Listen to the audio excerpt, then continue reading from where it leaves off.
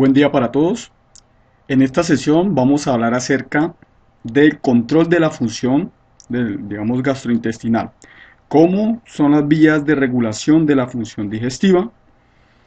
Entonces, para iniciar tenemos que el control de ese sistema gastrointestinal se puede realizar básicamente por tres vías. Una por vía hormonal, otra por vía nerviosa a través del sistema nervioso entérico y otra por vía paracrina, en donde el sistema inmune pues va a jugar un papel importante allí. Entonces vamos a iniciar por el control hormonal. Entonces el control hormonal es llevado a cabo o es mediado, ¿sí? Gracias a que en todo el tracto gastrointestinal vamos a encontrar diferentes tipos de células que van a secretar diferentes tipos de sustancias. Estas celulitas se le denominan unas células enteroendocrinas. Entonces, dependiendo de su función, van a liberar cierto tipo de factor paracrino u hormona. Entonces, en el tracto gastrointestinal vamos a encontrar diferentes tipos de células que van a secretar diferentes tipos de hormonas. En este caso tenemos las células G, las células D, que las habíamos tratado digamos, en el contexto de las secreciones ácidas, las células SL o las células similares a enterocromafinas. Estas son las SL. Entonces las células G, que se encuentran generalmente en el estómago, ¿sí? Las células D también están en el estómago, aunque se pueden encontrar en el intestino también, y las células SL se encuentran en el estómago. Las células G entonces liberan gastrina, las D somatostatina, y las células SL liberan histamina.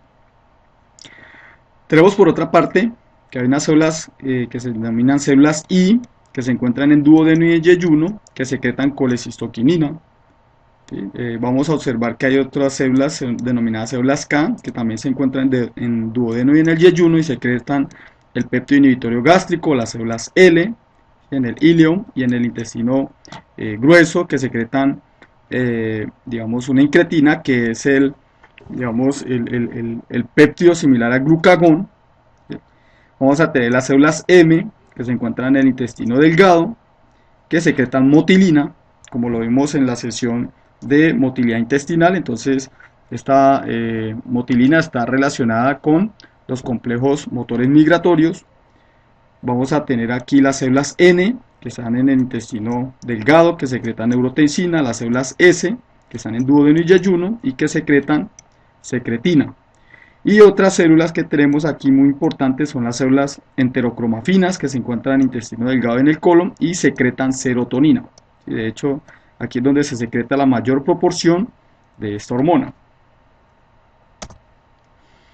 Esta es una tabla similar donde podemos observar la información, ¿sí? Iniciada pues por la hormona, y se mira cuál es la fuente, cuál es la célula que la produce, y aquí hay que acotar algo, y es la guanilina. Entonces esta guanilina es un factor, ¿sí? Que es secretada en ilio y en colon, ¿listo? Y que, aunque aquí en esta tabla menciona de que está relacionado con incremento en la absorción de fluidos, el libro realmente está relacionada es con secreción. La guanilina, cuando se produce, o digamos, en exceso, entonces favorece la secreción. Entonces iniciamos con la colecistoquinina. Entonces la colecistoquinina es una hormona secretada por las células I. En general estimula la secreción pancreática. Vamos a observar que, supongamos que aquí estuviese el páncreas. Entonces estimula las secreciones pancreáticas. También estimula la contracción en este caso la vesícula biliar, y la relajación del esfínter de Oddi para permitir entonces las secreciones en el duodeno. Vamos a tener de que esta colecistoquinina aumenta la actividad de la secretina, teniendo un papel básicamente, digamos, sinérgico, ¿sí? Con la secretina, y también está relacionada con inhibición del vaciamiento gástrico para permitir entonces que este quimo que entra al duodeno pueda ser procesado de una forma más apropiada. Otra de las hormonas es el péptido inhibitorio gástrico, como ya se mencionó. Entonces es sintetizado por las células K. A altas concentraciones entonces inhibe la secreción y la motilidad estomacal. ¿Listo? Entonces él inhibe toda la actividad estomacal y digamos básicamente está relacionada con permitir entonces la digestión, ¿sí? Y digamos absorción del quimo que llega al duodeno. Esa es estimulada sobre todo por glucosa, digamos, por la presencia de glucosas y lípidos en ese quimo, y también estimula la secreción de insulina para permitir pues la absorción digamos, de la glucosa y de algunos aminoácidos en las células, pues, en el cuerpo, en el músculo, hígado, ¿sí? O tejido adiposo. La otra hormona es la gastrina. La gastrina la habíamos hablado, se había mencionado en relación con las secreciones gástricas, ya que esta es elaborada por las células G en el estómago. Hay varios, digamos, isoformas, ¿sí? La más importante es la de 17, ¿sí? La G17 para la secreción ácida. Entonces estimula la secreción ácida por parte de las células parietales, también estimula la secreción de pepsina, también favorece o estimula digamos, el crecimiento de la mucosa en el estómago y el intestino delgado. Entonces, digamos, favorece su liberación, digamos, el péptido para la liberación de gastrina, la acetilcolina, y vamos a tener también acá, que observamos, esta es la célula parietal, la célula similar enterocromafina, y esta es la forma de regulación que ya realizaba, que la hemos hablado en el contexto de las secreciones ácidas, ¿sí?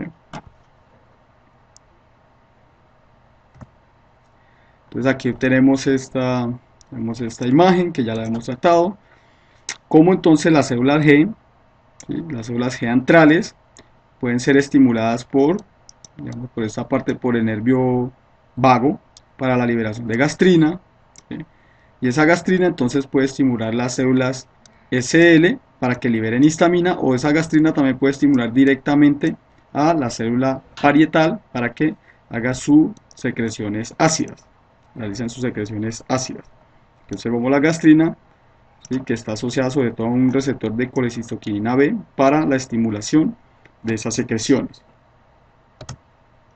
La motilina es otra hormona importante que se libera, digamos, principalmente en los periodos interdigestivos, es secretado por las células M, ¿sí? Digamos en el estómago, intestino delgado y colon. Entonces está relacionado con la contracción del músculo liso, ¿sí? Que inicia desde el estómago para la producción de los complejos motores migratorios que están asociados sobre todo con, digamos, limpieza de ese tracto digestivo. Una característica aquí es que apenas se da la ingesta de comida, entonces de una vez se suprime su secreción, ¿sí? Y el pH alcalino en el duodeno, cuando está, digamos, en un periodo interdigestivo, pues estimula la liberación de esta hormona. La secretina es otra hormona importante, sobre todo relacionada con la secreción de bicarbonato, ya que esta aumenta dicha secreción. Esta secretina entonces es secretada por las células S en intestino delgado, ¿sí? Vamos a observar de que tiene bastantes efectos, digamos, en el hígado favorece las secreciones de bicarbonato. Por otra parte, a nivel de estomacal, pues, digamos, disminuye las secreciones ácidas, ¿sí? Favorece la contracción del esfínter pilórico en esta región para evitar el vaciamiento gástrico. También está relacionada con la estimulación del páncreas, ¿sí? Digamos, sobre todo las células ductales, para la secreción también de bicarbonato. Entonces, en general, digamos, como papel principal o como efecto principal, tiene la secreción de bicarbonato, el incremento en la secreción de bicarbonato.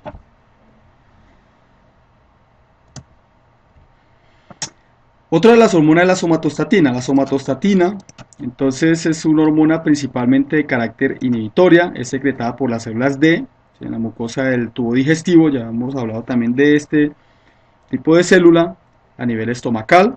Entonces inhibe la secreción ácida, también está relacionada con inhibición de la motilidad y también, digamos, está relacionada con contracción de la vesícula biliar, ¿sí? Entonces también inhibe la secreción de gastrina, el péptido intestinal vasoactivo, el péptido inhibitorio gástrico, secretina y motilina. Esta secreción de somatostatina está estimulada cuando, digamos, el pH estomacal es muy bajo, ¿sí? O cuando también se produce, digamos, el quimo que llega al duodeno puede ser también tener un pH muy bajo.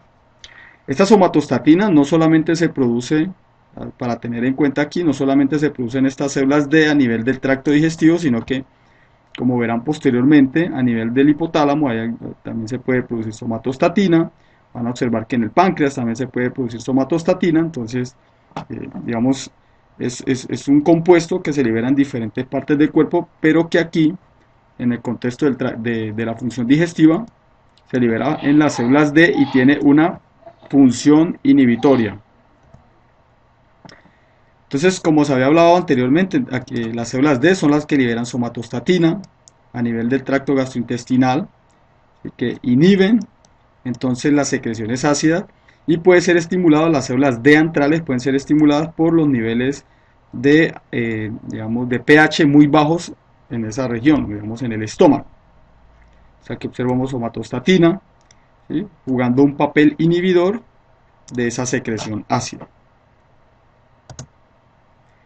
Otra de las hormonas es el péptido intestinal vasoactivo. Esta es producida por los nervios en el tubo digestivo. Entonces se ha caracterizado de que estimula la secreción intestinal de electrolitos y, digamos, jugos pancreáticos, permite de una u otra forma la relajación del músculo liso intestinal, ¿sí?, digamos, de la vesícula biliar, y produce la vasodilatación de los vasos sanguíneos en el tracto gastrointestinal. Entonces eso es asociado, parece, digamos, esa dilatación de los vasos asociado con esa incremento en la secreción intestinal, y además entonces inhibe las secreciones ácidas. Otra de las hormonas, otro de los factores va a ser la guanilina, como se había mencionado. Entonces esta guanilina, como se había acotado aquí, esta es principalmente relacionada con secreción. Hay receptores de guanilina, digamos, en algunas células del tracto digestivo. Vamos a observar acá. Y digamos, esta guanilina, cuando llega a su receptor, favorece la secreción. ¿Qué sucede acá? Entonces resulta que hay unas toxinas, que pueden ser termoestables, ¿sí?, que tienen un papel agonista, ¿sí?, o como se denominan algún artículo, superagonista de este receptor, se une fuertemente y favorece entonces fosforilación de estos canales de cloruro para la secreción de cloruro y de esta forma provocar la diarrea. Entonces, el receptor de guanilina también es receptor de toxinas termoestables de Escherichia coli, del Vibrio cholera, de Yersinia enterocolítica y Klebsiella pneumoniae. Como habíamos hablado en las secreciones intestinales, entonces, digamos, estos receptores juegan un papel importante en la respuesta a estas toxinas, ¿sí?, sobre todo, digamos, como vimos anteriormente, produciendo fosforilación de este tipo de canales de cloruro y el incremento de esas secreciones de cloruro, por tanto, de sodio y posteriormente de agua, y pues, digamos, de una u otra forma tratando de mitigar el efecto de dichas toxinas. ¿Qué se tiene con respecto a la liberación de estas hormonas? Entonces la liberación de las hormonas depende, ¿sí?, digamos, en gran medida, o entre otras cosas, del contenido o de la composición de ese quimo, el contenido intraluminal del tracto digestivo, sobre todo a nivel del intestino delgado.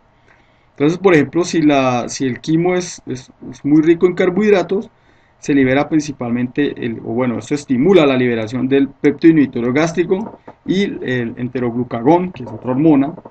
Si es muy rico en proteínas, entonces se favorece la liberación de secretina, por ejemplo de grelina, de colecistoquinina, el neuropéptido Y. Y vamos a tener que si el quimo es muy rico en grasa, entonces se libera neurotensina, enteroglucagón, guanilina, ¿sí?, galanina, perdón, secretina, colecistoquinina y grelina.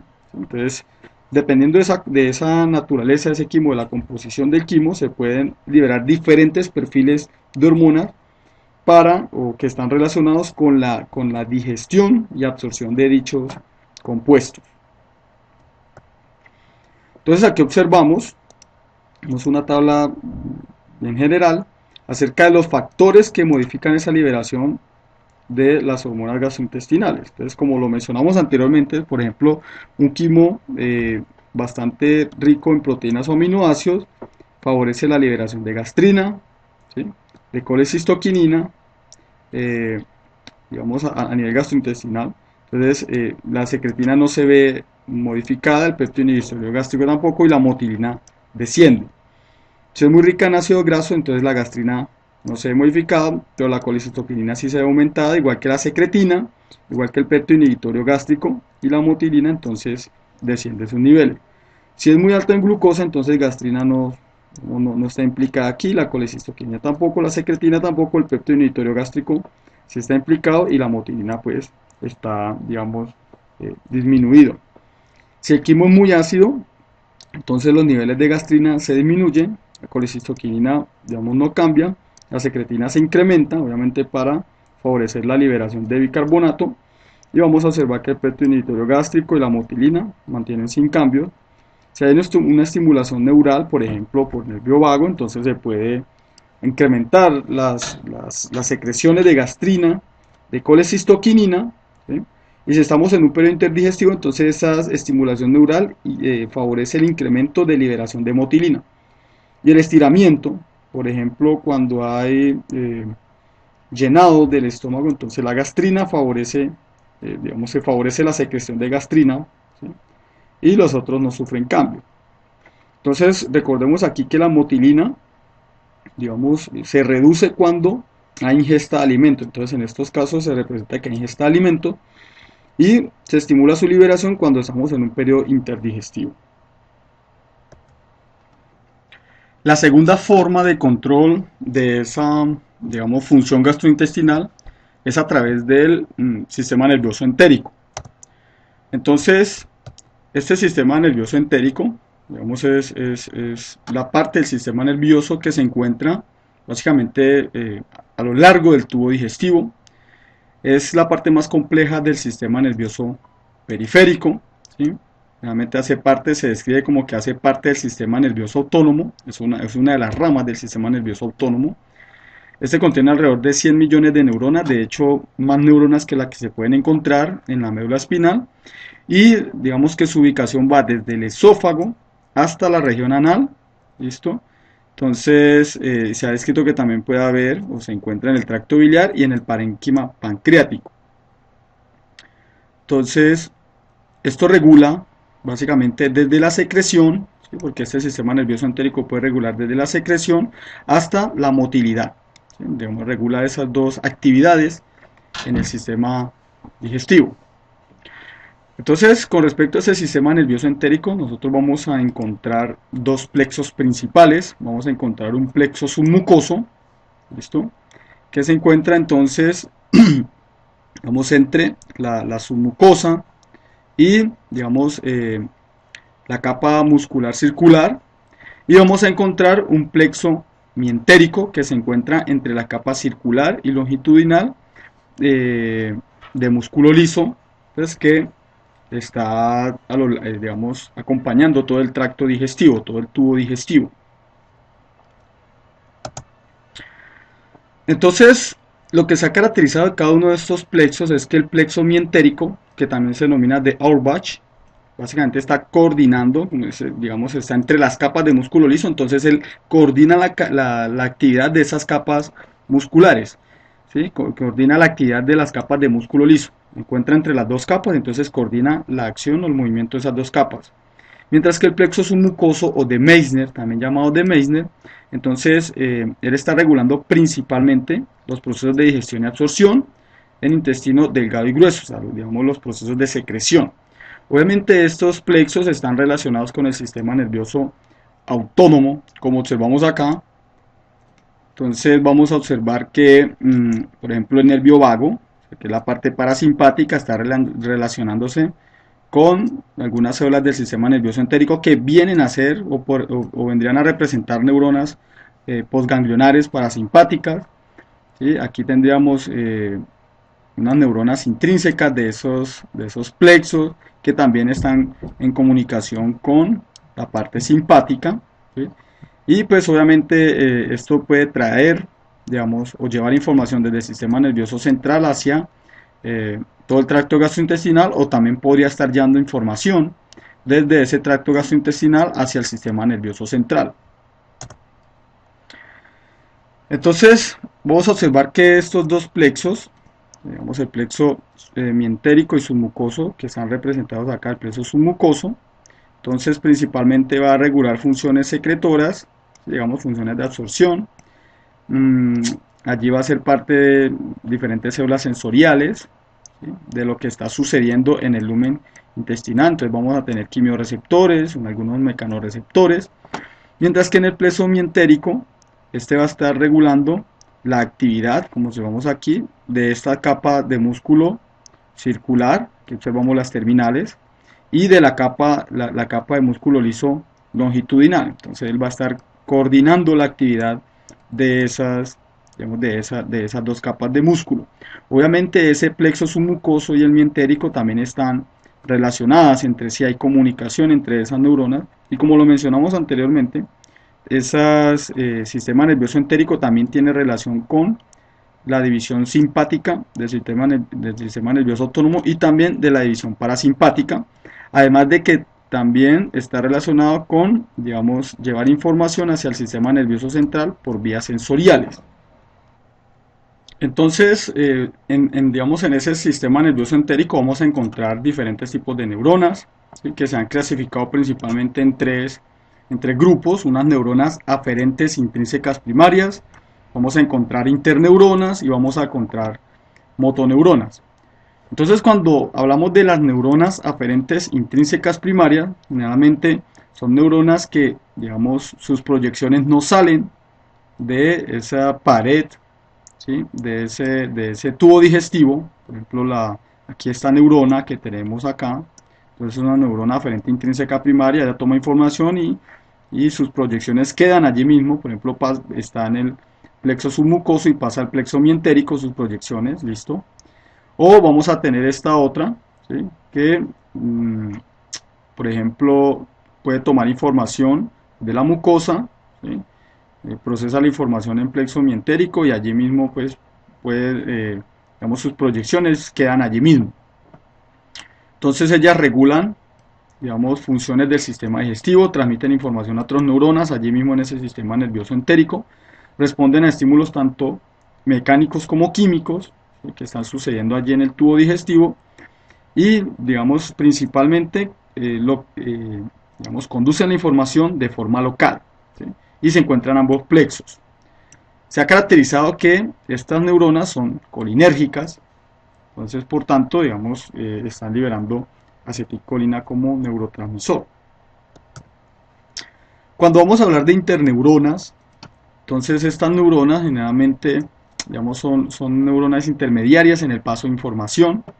Entonces ellas integran la información de esas neuronas aferentes intrínsecas primarias, por ejemplo, con neuronas motoras. Entonces, por ejemplo, una neurona aferente intrínseca primaria sería esta que tenemos acá, que recibe una, digamos, información química y la envía hacia esta interneurona. Esta interneurona entonces se va a conectar con otras neuronas, ¿listo?, pasando la información a esas neuronas para que entonces ejecuten, digamos, una acción determinada dependiendo de esa entrada. Por ejemplo, envía información a esta otra neurona para que permita entonces una actividad músculo liso, ¿sí?, o también ella misma genera esa información. Las otras neuronas van a ser las neuronas motoras. En general estas neuronas entonces lo que hacen es inervar al músculo liso, ¿sí?, que está en el tubo digestivo, y a los vasos sanguíneos que están allí presentes en el mismo tubo digestivo, y también a las glándulas, ¿sí? El neurotransmisor utilizado en este caso pues es acetilcolina, aunque pueden haber otros, como el óxido nítrico, el péptido intestinal vasoactivo, el GABA, ATP y monóxido de carbono. Y generalmente entonces inervan, digamos, o bueno, más bien son neuronas secretomotoras y vasomotoras. Entonces vamos a mirar, por ejemplo, esta está inervando, esta neurona motora está inervando el músculo liso. Bueno, esta también podría ser una neurona motora, esta que tenemos acá. Todas estas serían neuronas motoras, o esta, por ejemplo, podría ser una neurona secretomotora también, Entonces está inervando unas células secretoras para que, digamos, realicen su acción. Además de este tipo de células, digamos, en el tracto gastrointestinal vamos a encontrar unas neuronas que se denominan neuronas intestinófugas. En general, estas neuronas intestinófugas tienen los cuerpos en plexo mientérico y ellas proyectan, ¿sí? Digamos, sus neuritas, o bueno, un axón, digámoslo de esta forma, fuera del tubo digestivo y hace generalmente sinapsis con ganglios a nivel mesentéricos y celíacos, llevando información, ¿sí? Información hacia el sistema nervioso central. También pueden funcionar como mecanorreceptores que indican el volumen intestinal. O también pueden traer información.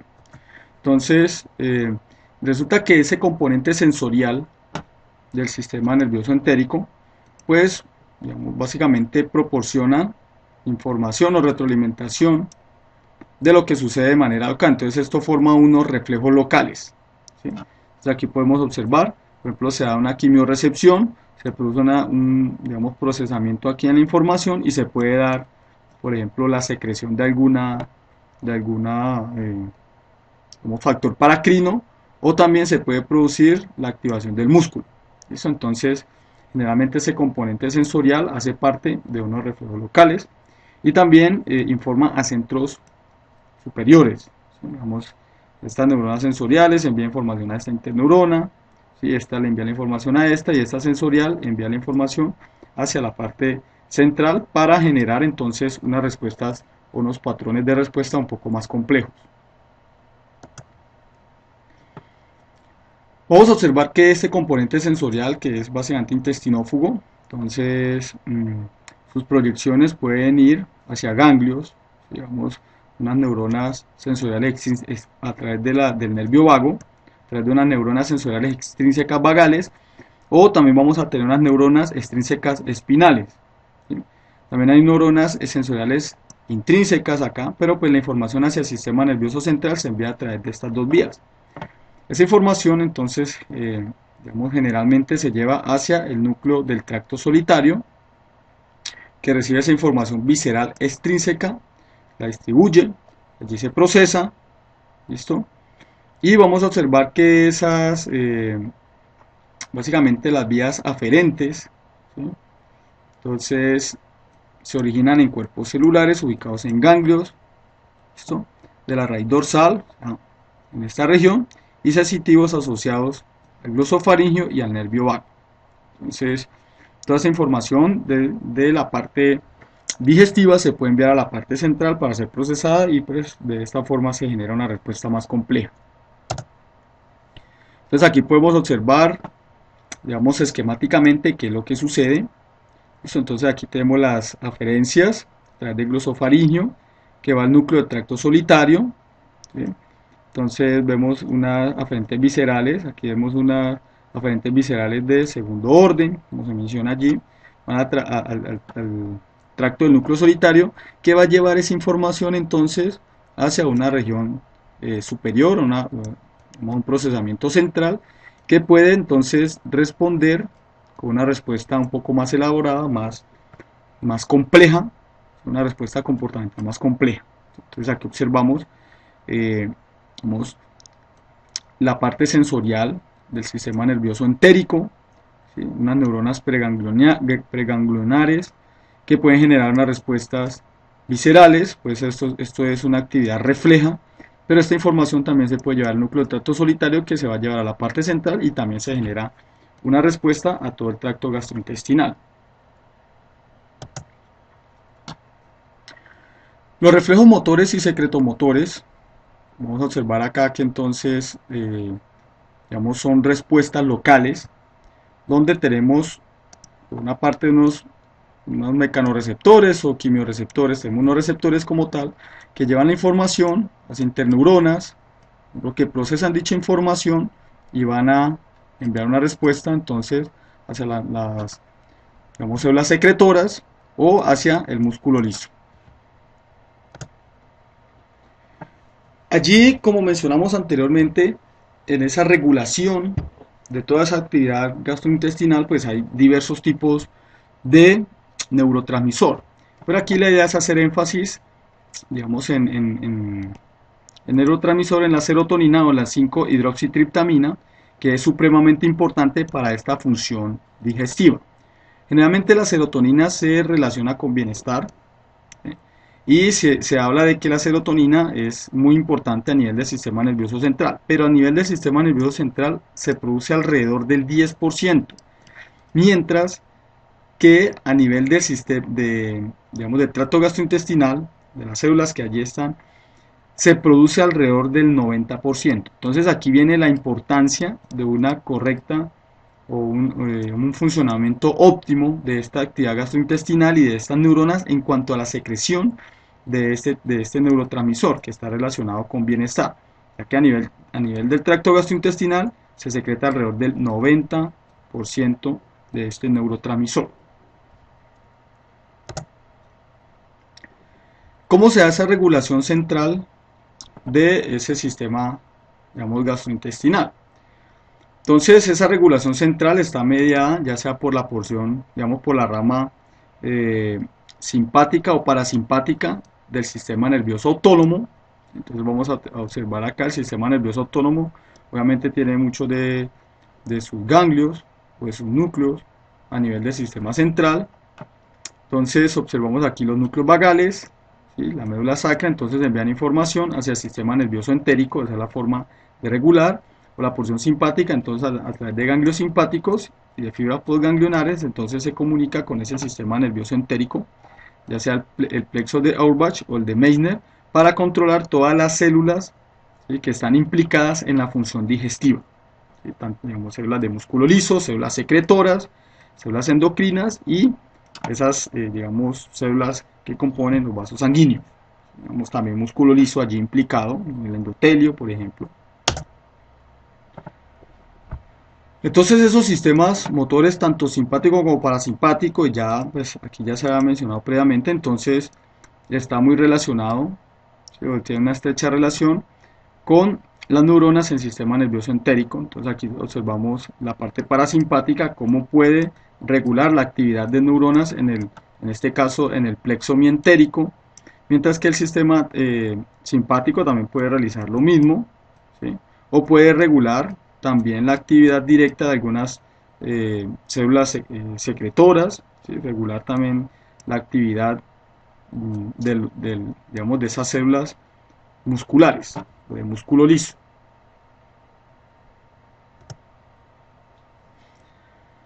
Entonces, la regulación central del sistema gastrointestinal, ¿sí?, digamos, sigue una jerarquía en su regulación o en su funcionamiento. Vamos a observar que en primer nivel pues, va a estar el sistema nervioso entérico, con esos digamos, circuitos reflejos allí.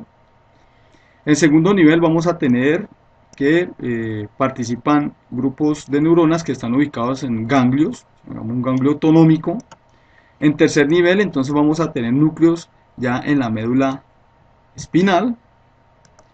En el cuarto nivel entonces núcleos en el tronco encefálico, ¿sí?, digamos el núcleo de tracto solitario. Entonces vamos incrementando los niveles de regulación de la actividad del tracto gastrointestinal. Y ya quinto nivel entonces centros superiores, que por ejemplo, digamos, la parte límbica podría de una u otra forma regular también. Entonces, en resumen de este control por parte del sistema nervioso, o el control más bien nervioso del tracto gastrointestinal, pues tenemos que el sistema nervioso entérico regula muchas de esas actividades de muchas células allí. Eh, digamos, tanto de la musculatura, del tracto biliar, a nivel esofageal y de la parte estomacal también, ¿sí? Esto se relaciona entonces con ganglios simpáticos, vertebrales, y digamos de forma indirecta con toda la parte simpática. Obviamente también está relacionada con la parte parasimpática, o sea, todo esto es el sistema nervioso autónomo, división simpática y parasimpática, que también está comunicado con los centros superiores.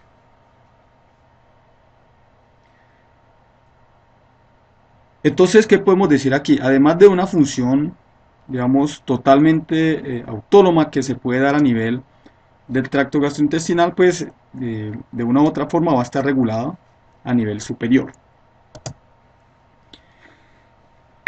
La tercera forma de regulación, entonces, es una regulación paracrina, inmunitaria.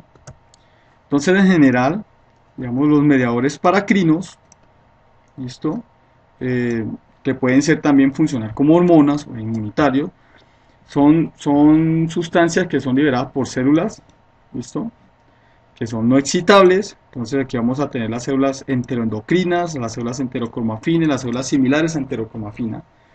En general, estos, digamos, mediadores paracrinos o esta regulación paracrina está más relacionada con ajustes finos en respuestas a nivel del tracto gastrointestinal. Son ajustes un poco más finos y son sensibles, estas células, digamos, que secretan estos mediadores paracrinos, son sensibles a estimulación neural o estimulación hormonal.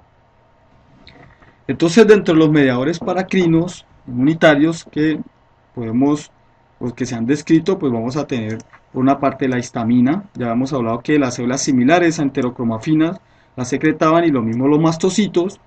Entonces está relacionado con la secreción de, digamos, ácido gástrico y de cloruro más bien, el ion cloruro. La serotonina o 5-hidroxitriptamina, entonces secretado por las células enterocromafinas. Entonces generalmente está relacionado con respuestas a nutrientes que están en el tubo digestivo. Somatostatina, que es inhibidor, ¿cierto? Que funciona también, que funciona tanto como agente paracrino como hormona.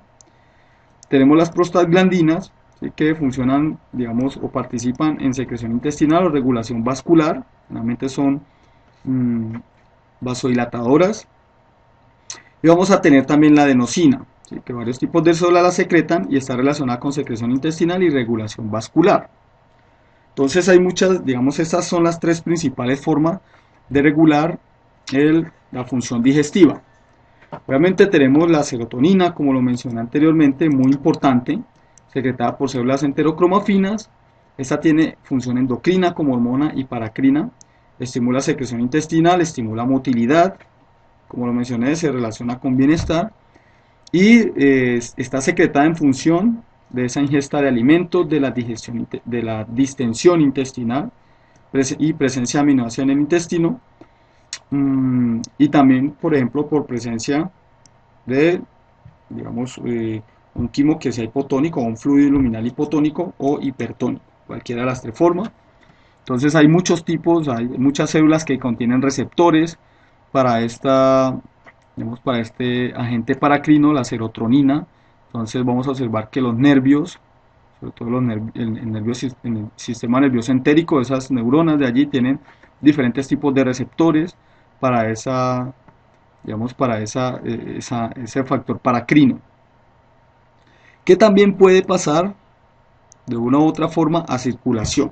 Entonces desde allí puede pasar a circulación y generar, pues, digamos, esa sensación de bienestar. La histamina, como ya la hemos hablado, como agente paracrino, entonces está secretada por células similares a enterocromafinas y mastocitos. Entonces observamos aquí en la pared del estómago, ¿cierto? Para favorecer la secreción gástrica. Y en el caso de, digamos, de los mastocitos, favorece la motilidad intestinal, también la secreción intestinal. Bueno, entonces ya, digamos, de forma más reciente, lo que se ha descrito es que la microbiota también juega un papel regulador, digamos, en la función digestiva, y no solo en la función digestiva, sino básicamente a nivel del sistema nervioso central, ¿sí? Lo que se habla hoy en día es que hay una interacción, bueno, se conoce, se había descrito, digamos, la interacción entre el eje intestino-cerebro, ¿sí? Hay un eje intestino-cerebro, pero que ahora viene a participar la microbiota que está allí en ese sistema, digamos, ese tracto gastrointestinal. Entonces, digamos, ha sido caracterizado ya de que en ese tracto gastrointestinal, pues hay una, digamos, hay una microbiota asociada, ¿sí? Que puede ser beneficiosa para nuestra salud o puede ser, digamos, dañina, ¿sí? Digamos, ser una microbiota mala o una microbiota buena, como se ha descrito. Estas microbiotas entonces van a depender de factores como la misma alimentación, el estado de ánimo, ¿sí? Y lo que se ha observado es que, digamos, como muestra en esta gráfica, hay una comunicación entre el sistema nervioso central y la microbiota como tal. Esta microbiota, digamos, de una u otra forma genera diferentes compuestos o moléculas que pues estimulan o no de cierta forma todas estas células que hacen parte del tracto gastrointestinal y van a modificar entonces la motilidad, las respuestas inmunes, la permeabilidad de esa capa mucosa. Y pues esto, al llegar, por ejemplo, si hay sustancias que pasan a la sangre de una u otra forma o a través del mismo sistema nervioso, ¿sí? De una u otra forma van a impactar esa función en el sistema nervioso central. Se puede afectar, por ejemplo, eh, puede tener efectos en el sistema límbico, ¿sí? Y desde el sistema nervioso central también a través de las aferencias del sistema nervioso autónomo, entonces puede modificar la acción del tracto gastrointestinal y también de una u otra forma modificar esa misma microbiota, ¿sí? Por ejemplo, a través de hormonas, ¿sí? Digamos el cortisol, que es la hormona del estrés, puede modificar esa función. Entonces aquí comienza, digamos, esta comunicación bidireccional entre lo que sucede en el tracto gastrointestinal, no solamente del sistema nervioso entérico y de las células allí asociadas, sino de la microbiota allí presente con el sistema nervioso central. Entonces, por ejemplo, se ha observado que cuando hay estrés, ese estrés afecta a la microbiota y si, por ejemplo, se tiene una alimentación no apropiada que afecte la microbiota, esto va a impactar en el estado de ánimo, puede impactar en el estado de ánimo de la persona y eso es algo que se está comenzando a estudiar, digamos, de una forma un poco más profunda, las implicaciones que tiene en los, digamos, en los procesos mm, fisiológicos, también en los procesos patológicos en las personas. Bueno, entonces con esto terminamos esta sesión.